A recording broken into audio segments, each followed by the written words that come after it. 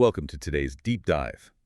Today we are unpacking an excerpt from the London Property Digest. Yeah, it's a really fascinating one. Right, and our mission today is to, well, look at this bizarre geopolitical ripple effect.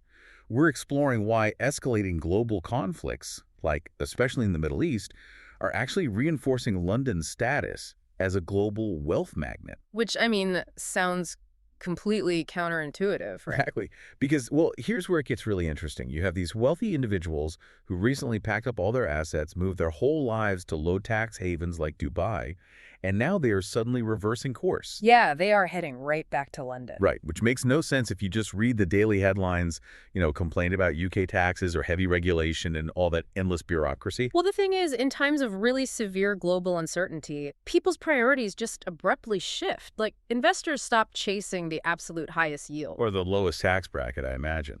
Exactly. They stop caring about that and start hunting for deep institutional stability. So despite the local friction you mentioned, London offers this highly predictable legal system, Right. plus intensely secure property rights and, massive global liquidity. So it functions almost like a financial panic room for the global elite. That is a great way to put it, yeah. Because, a panic room might be incredibly expensive to build, right? And the daily upkeep is a total headache. But when the outside world gets shaky, it is exactly where you want to park your wealth. Yeah, and history strongly backs up that panic room theory, actually. Oh, really? Yeah, the digest points to a very clear pattern of global capital just surging into London during major crises. I mean, we saw massive inflows during the Eurozone crisis, throughout all that prolonged uncertainty of Brexit, and during previous global conflicts, too. So when the geopolitical fault lines tremble, the capital just flows to cities that are sitting safely outside those lines. Okay, but wait, let's unpack this for a second. Because shouldn't an influx of foreign capital, be a good thing for the local economy? You would think so, yeah. Right. Like if you live in the UK, billions of dollars flowing into the city should theoretically mean more tax revenue, more development, a rising tide. Right.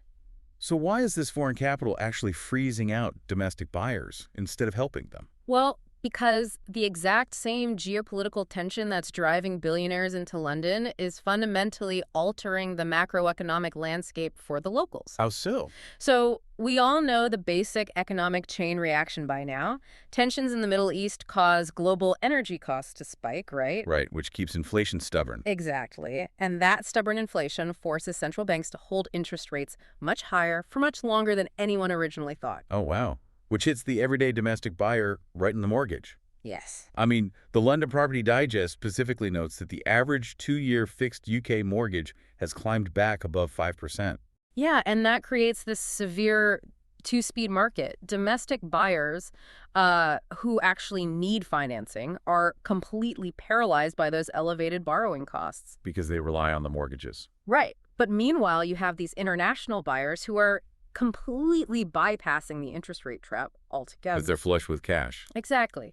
A 5% mortgage rate is totally irrelevant to them if they are just snapping up prime central London property outright. It's such a striking asymmetry. I mean, they aren't even buying homes at that point. They're buying long-term insurance policies. Essentially, yes. The city's safe haven status is practically forged by global anxiety. Right. So the worse things look globally, the more attractive prime London real estate becomes to the people who can just afford to buy it in cash. Wow.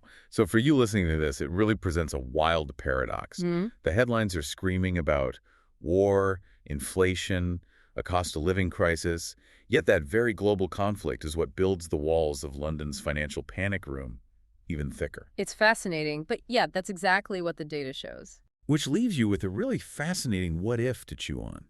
Like, if prime London real estate relies so heavily on global instability and these cash buyers fleeing chaos to keep its value skyrocketing, what would happen to the city's property market if the world suddenly entered a prolonged era of unprecedented peace? That's the real question. Right. Like if there is no storm outside, how much is anyone really willing to pay for a panic room?